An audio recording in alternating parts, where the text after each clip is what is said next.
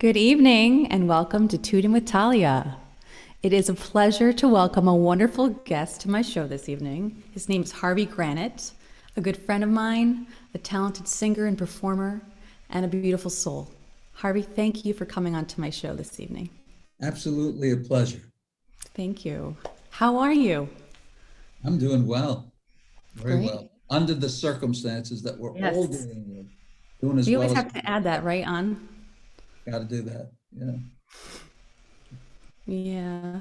And where are you these days? Where are you?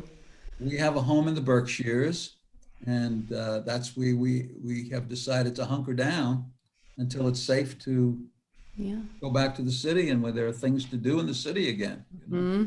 Right. The city's pretty much shut down. And I hear the schools are closing again now today. Did you hear that? Yes, that's what I heard. So, yeah, interesting times we're in. So, I want everybody to get to know you, Harvey, because you are a very talented musician and artist and a wonderful person, and you have a lot of stories to share with us. And so, before we get into some questions, I just want to tell everybody a little bit about your background. And I may need to look over at my notes so I don't miss anything about you. So, I was here goes. born in a log cabin, born in a log cabin. You didn't put that into your bio. No, So, Harvey is a performer and historian of the American Songbook. And for the past 6 years, he has presented a very popular program on the Songbook at the 92nd Street Y in New York City. Each program focuses on an iconic composer or a lyricist, and Harvey hosts great performers and other guests associated with that composer's career. Harvey has presented other series at Florida Atlantic University, CW Post College, and Hofstra University. Harvey regularly appears at Canyon Ranch, close to you, right? In Lenox, Mass, where he has done about 300 shows over the past 10 years. That's a lot of shows.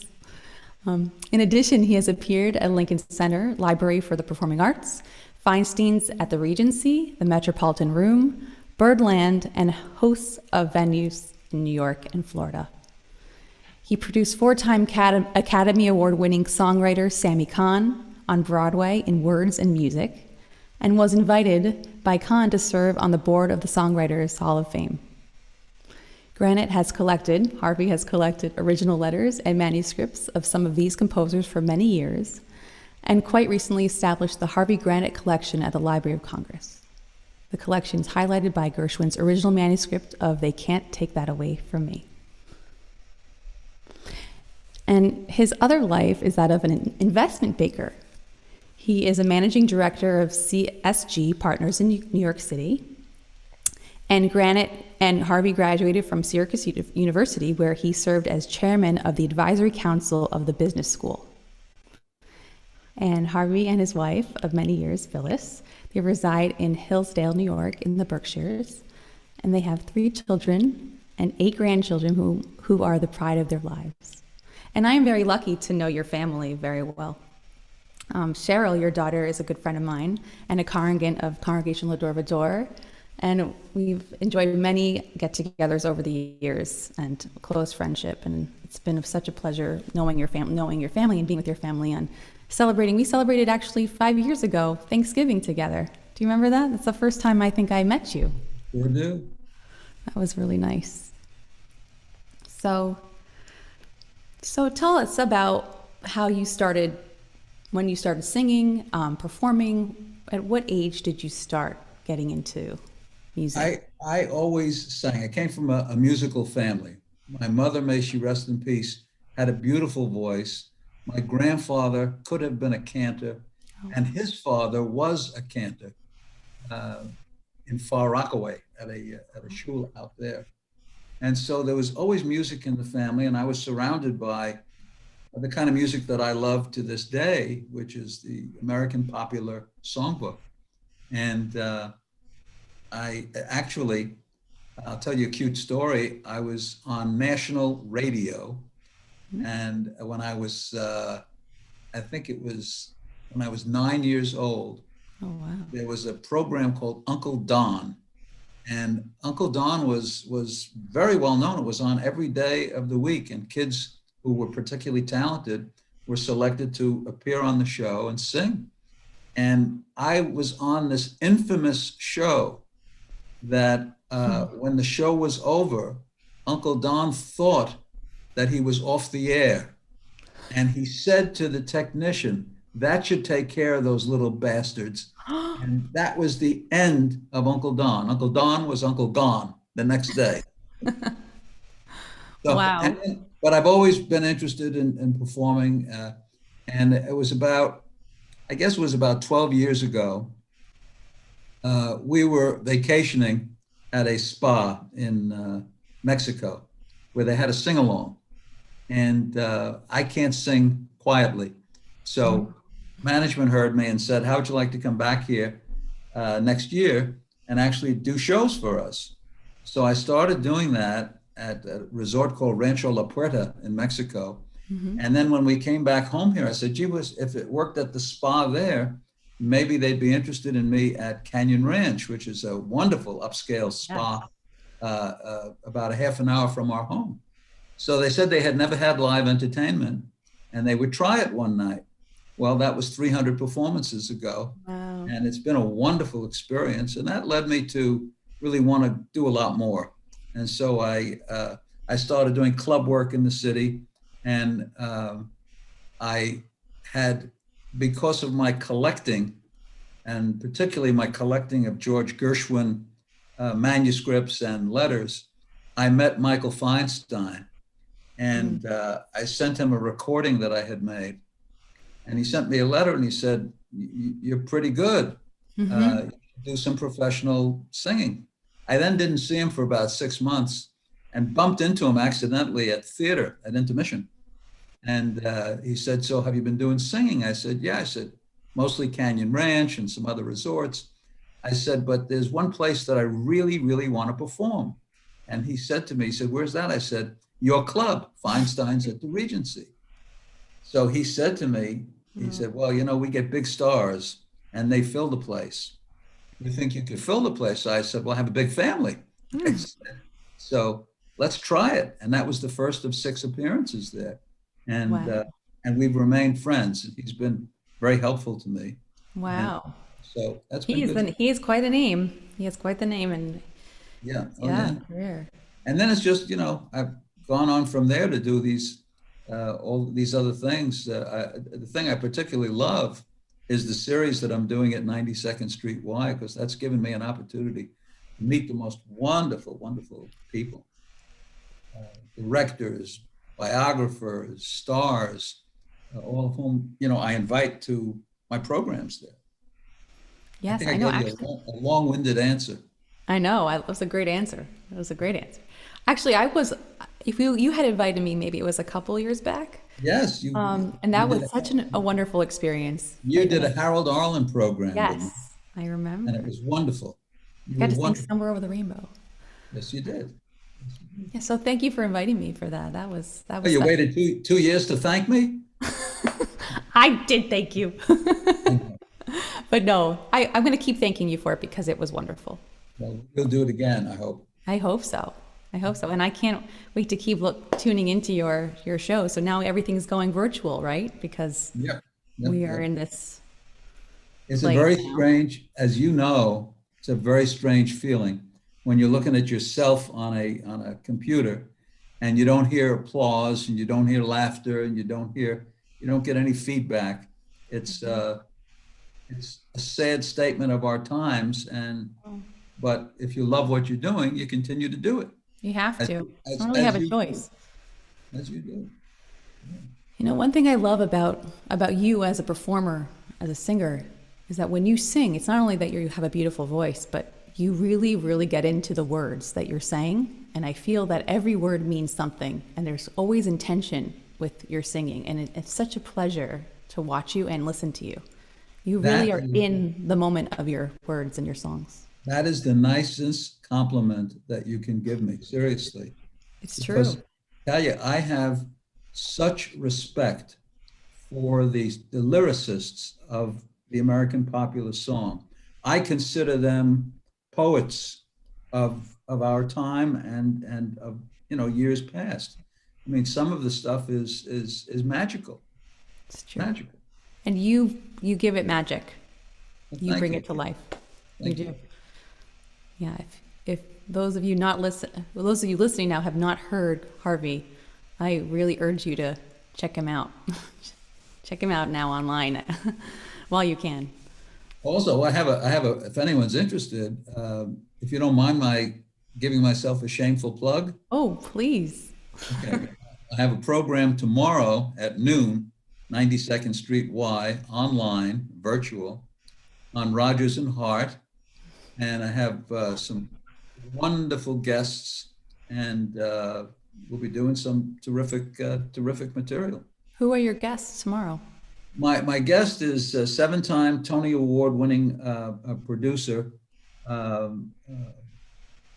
Jamie DeRoy, and then I have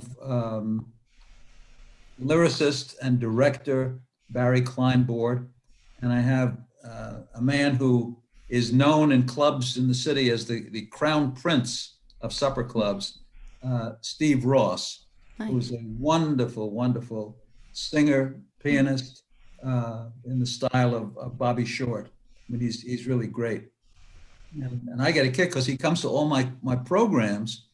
Now he's going to be doing one for me, which That's is, so nice. Well, I'll be if sure to anyone's tune in interested in tomorrow. tickets, all they have to do is 92y.org Okay. and you get a ticket. And don't buy more than one, because if you're in the same household, it's one ticket serves all. It's true. 92.org. Guys, you hear that? I could even put it in the chat. But yeah, that would be great. Thank you for telling us about that. And so now that we're talking about your performances, would you like to share with us something that you've done in the past, that a song that you love and that you've performed in the past? Sure. There's a show I did last month on Vernon Duke. And most people, when they hear Vernon Duke, it's like, oh, that's familiar, but I'm not quite sure I know enough about him. Yeah. It's been a fascinating story. He was born in Russia as Vladimir Dukelsky. And what's interesting is when he came to America, the first person he met was George Gershwin. And Gershwin was the one that said, you can't be writing popular music as Vladimir Dukelsky. So he convinced him to change his name to Vernon Duke. But Vernon Duke continued a dual career. He continued writing classical pieces as Vladimir Dukelsky, and it was performed by symphony orchestras Interesting. all over the world. And then he was writing popular songs like the one you're going to hear. And well, maybe you can play that, and then I'll tell you a little bit more about him. Okay.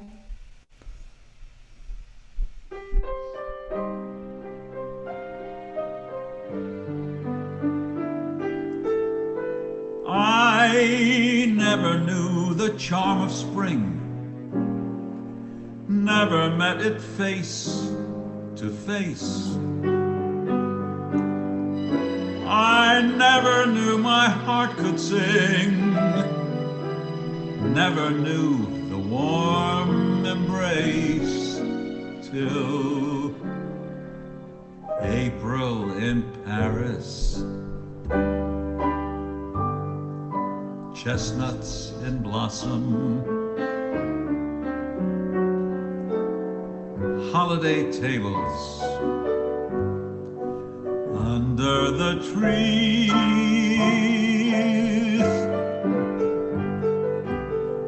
April in Paris. This is the feeling no one can ever reprise. Oh, I never knew the charm of spring, never met it face to face. I never knew my heart could sing, never missed a warm embrace till April in Paris. Who can I run to? What have you done to my heart?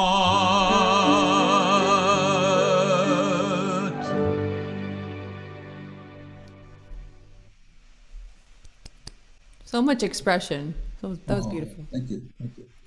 So, and he went on to write Taking a Chance on Love, Autumn in New York, dozens and dozens of great songs. So that was Love those songs. a show that we did last month. Oh yeah. So who is your favorite composer? Do you have one? One favorite? I mean, there's so many to choose from. Do you have one? Gershwin, George Gershwin. Yeah. I find something very, very special in his music, and it just reaches me. You know, there's music that you can hear. There's music that and you know this, and there's music that you can hear and feel. Yeah. And I find with so much of his music, both popular show tunes and classical. I mean, I can listen to Concerto in F and find myself crying because it just gets in here. Yep. And same thing as if I'm listening to Someone to Watch Over Me, the same thing, which is one of my favorite songs. So when I started collecting many years ago, the kind of focal point of my collection are original letters and manuscripts of Gershwin. Wow. I love Gershwin. I feel the same way you do. He gets into my kishkas. He's a beautiful composer, and he got to write with his brother. He grew up with his brother. They worked magic together, and I mean, just think of what else he could have done if he were not tragically taken at age 38. So young, I know. Yeah. So, do you have another song you'd like to share with us? I was so beautiful. I'd love to hear another one. Oh, sure. So, I think, let me share with you a song that I'm going to do tomorrow for the Rodgers and Hart show. I'll tell you a little story behind it. Yeah. Many times Richard Rodgers was asked, of all your songs, what's your favorite? And he would say, you know, it's like my children. He says, I love them all. And the last live interview he gave was a radio interview with Jonathan Schwartz. And he was asked the question.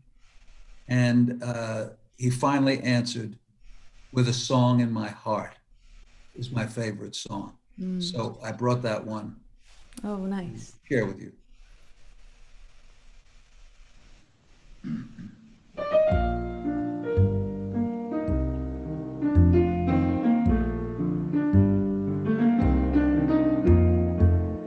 With a song in my heart,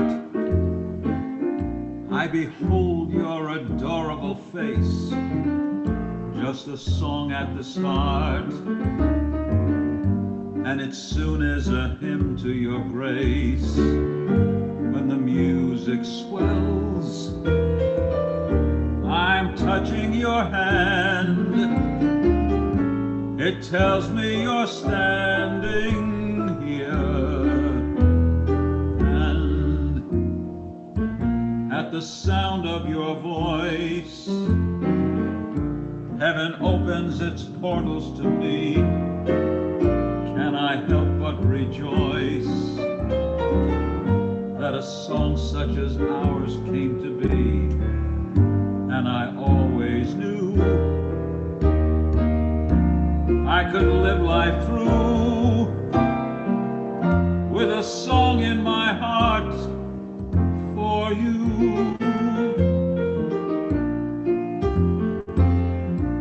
At the sound of your voice, heaven opens its portals to me. Can I help but rejoice rejoice that a song such as ours came to be. And I always knew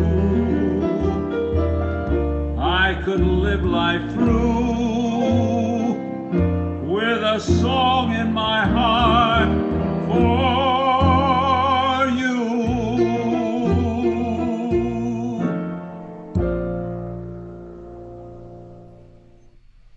Beautiful. Beautiful. When you were singing, I thought about your mom, because I know we recently lost her, and but she was a beautiful woman. And was she a singer herself? Did she She had a sing? beautiful voice. Yeah, you said that in the beginning. So And I will share something very personal with you that I guess it was as recently as last winter when I was doing a live show at Florida Atlantic University, and they have this big auditorium. There were about 500 people there. And I was singing whatever the song was, and I only heard one voice coming from the audience, and it was my mom singing along. She knew, and she was 102 years old, and she knew wow. every word, and still had a lovely voice. Wow. I thought of her while I was watching you singing that song. It just Thank came you. to my heart. Thank you. Yeah. So you had a You- nice, close relationship with her, and you I, shared I, that music. I can never thank you enough for helping to make the memorial service of my mother so beautiful. Oh, thank you. It was my pleasure to be part of that, to sing in her honor. So Thank tell you. us, I want to hear more about your some of the guests that you've had on your shows over the years, and maybe if you have a show that has, stands out in your memory, something that you just look back on and just said that was incredible. That how did we even pull that off? Or is there something that you can recall that you just stands out and has a highlight in your Yeah, career yeah. performing? Actually, there are two. Um, One was a show that I did about 6 months ago, 5 months ago, on Leonard Bernstein. And my guest was his daughter, Jamie Bernstein, Wow. who had written this wonderful book about him and about herself and her life growing up with him.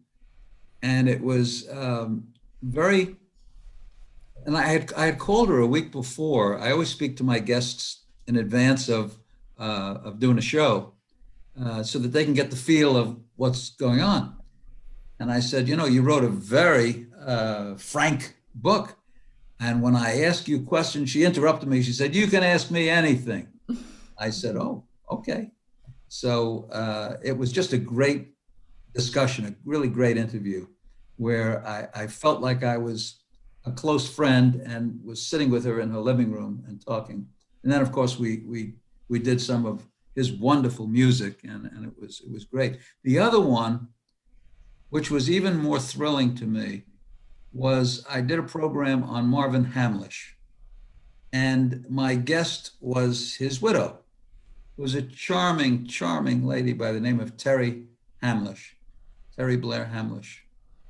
And we both forgot that there was an audience in front of us. And this was done in a room where there were about 125 people at the 92nd Street Y. And we got so personal about him and about his work and a couple of the songs that got into my heart that she actually reached for me, grabbed my hand, and we both started to cry. So you don't forget something like Oh that. yeah. You don't forget something like What a that. moment. Wow. So yeah, so I've been blessed with a lot of wonder. That's why I love doing these, because I'm at the point now. When I first started this 6 years ago at the Y, and I would call somebody to join me as a guest, they would say, "Who are you, and what is that all about?" Now, thank God, I'm touching wood. Now I get almost anybody that I want, which is Incredible. it's a Wow. blessing for me. So It's I easy to love see doing it. why. It's easy to see why. I love it. It's wonderful. Yeah. You know what I I love just when I. Hmm? I just got a note handed to me that Oh yeah. That my daughter is watching. How do you like that? Yeah, sure. I was actually just about to say her name. That is so funny. I was just about to say what I love is watching you sing with your daughter, Cheryl. When you two get up and on stage together and you do duets together, that melts my heart. And how Well, lucky that you could share that with your daughter and that you had that with your mom. yes. That is Well, very my, special. my daughter is so talented, She is. and she's got a big heart, Yeah. and she's a wonderful, wonderful daughter and a wonderful entertainer. And so when I do that with her, and we've done a lot of it over the years, not enough as far as I'm concerned, we have a good time. And I wish I had brought a clip about that, but I know the Metropolitan Room, remember that? I have it. Yes, I have it. If anyone wants to see, you can go on YouTube and just put my name in, and And you could check that out. That's on there. check that out. Yeah, yeah. Okay. Um, I want to hear about one more. I want to hear about your experience with producing a famous, very famous man, Sammy Cahn. So tell us about your experience producing that four-time Academy Award winner, Sammy Cahn, on Broadway. How did that happen, and what did it lead to? Okay. Um, there's a series at the 92nd Street Y called Lyrics and Lyricists, Mm-hmm. and we were there one night, and he was doing an evening called Words and Music, and it was he on stage with three young singers and a wonderful pianist. And I was blown away. It was just a wonderful evening. And I turned to my wife. Turned to Phyllis, and I said, this should be on Broadway. And I had never produced anything on Broadway. I went backstage after the show, and he was surrounded by millions of not millions, minions of people. And when they left, I introduced myself to him, and I said, I would like to produce this on Broadway. And I will never forget his response. He was shorter than I, and he looked up at me and he said, who the hell are you? And I told him who I was. And I said, we can get it done. I said, but I would have to know that if we put that money in and going to put it on Broadway, that you would give it the time if it gets the good reviews and so on. And he gave me a classic answer. He said, well, I'm a very busy guy. I'm writing for Sinatra. I'm writing special material. I write for the Dean Martin show. The most I could give you is 3 years. I said 3 years would be a gigantic hit. I said, there are very few shows that last that long. Well, anyway, we produced it. It was a hit. It ran for about a year and a half, and then it toured throughout the country. But what came from it is a friendship with a very special man who was extraordinarily talented, and also he had a group of friends that were some of the biggest names in show business. And often when I would come to the theater and go backstage afterwards, it could be, major, major. It was just a kick for me. That's And fun. then he invited me to join him to sit on the board of the Songwriters Hall of Fame. And I was, at the time, I was not performing. I was just a businessman who loved music and the American Songbook. So I was like a kid in a candy store because I was sitting at this board meeting surrounded by a who's who of great songwriters. Wow. And and you mentioned Cheryl. He wrote a special song for Cheryl's bat mitzvah and for my two boys' bar mitzvahs. Oh my goodness. So That's he plays amazing. a special role in my life. How nice. That's very special. So can we hear another song? I want to keep hearing you sing. I want to hear something else I that brought you. one more. This is my favorite Rodgers and Hart song, and it was from a show called Jumbo.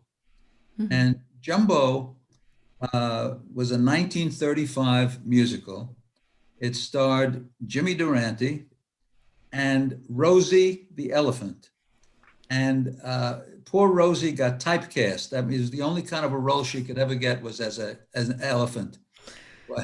But she there were some great songs in the show.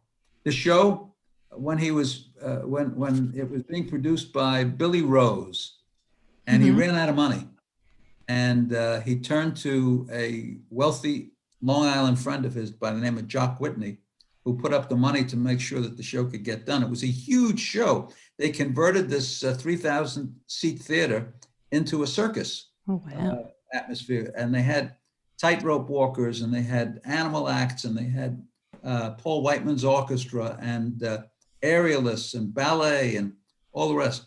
But this song is one of my favorites, and it's my favorite Rodgers and Hart song.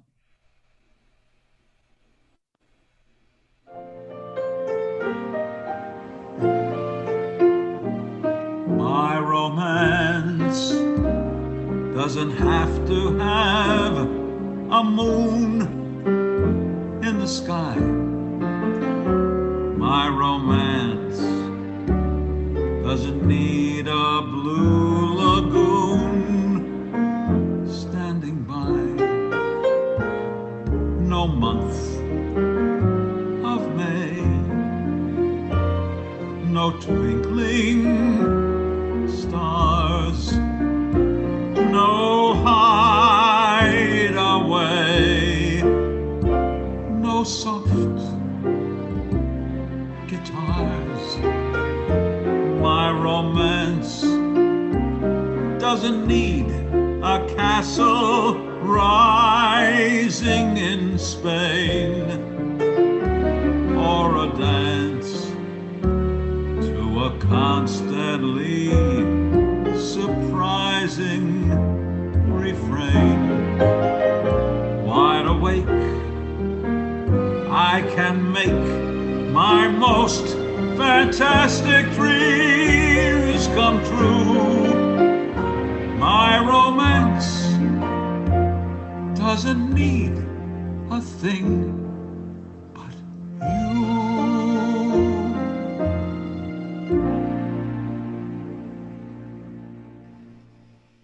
And that one, Chills. oh, stop.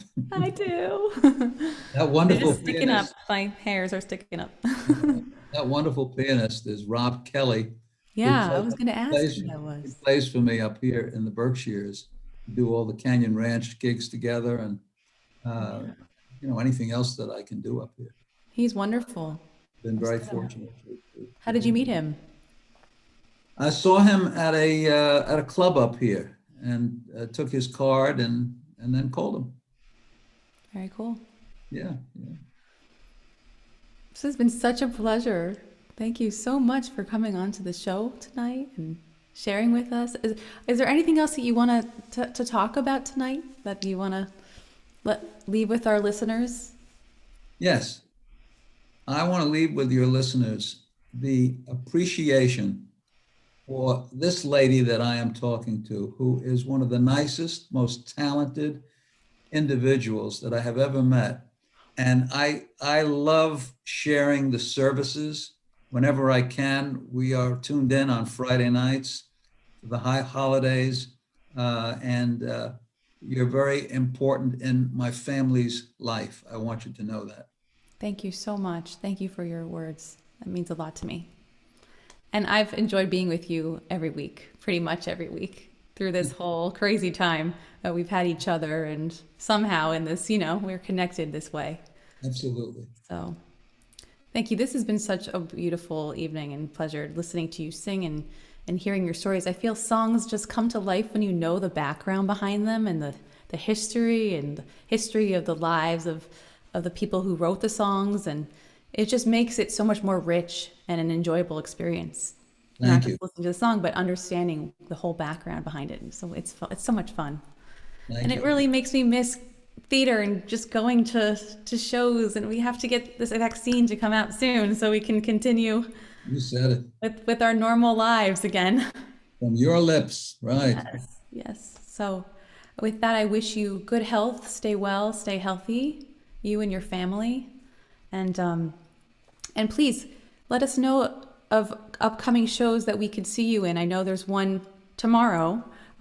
Is it every Thursday that you have these? Oh, no. No, just a special Thursdays. Right. No, it's a monthly series that I do, that the winter series ends with tomorrow. No, I have one more show. I'm glad you mentioned that. I have a very special show December 3rd with Carol Bayer Sager live. Oh, She wow. will be my guest that day. Oh, yes. Tell us about your connection with her, because I know there's. Well, Carol Bayer Sager's late father and my late grandmother were brother and sister. And so we have a wonderful connection. And one of my special guests that day performing her songs will be Cheryl Granite Segal. Woo! I can't miss that one. I'll be tuning in for that. Okay. Yes. So if we want to look you up, we can find you on YouTube, right? And YouTube, or I have a website, Harvey Granite, Granat, harveygranitesings.com. let me just write this in the chat so that people have it, okay? Okay.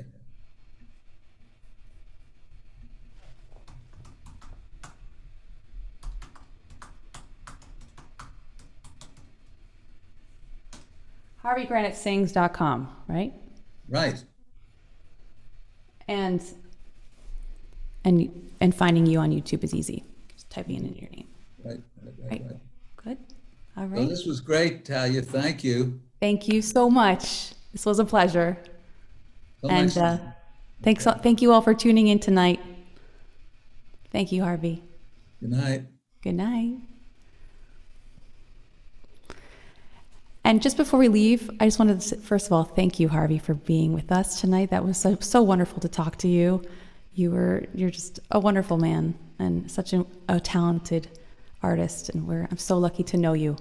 And also, I'm taking off next week for Thanksgiving, so that Wednesday night I will not be airing live on Facebook or YouTube, but we will be returning the following Wednesday evening, December 2nd at 6 p.m. So not next week, but the following week. So tune in to Talya, December 2nd at 6 p.m. Have a good night, everybody. Thanks so much.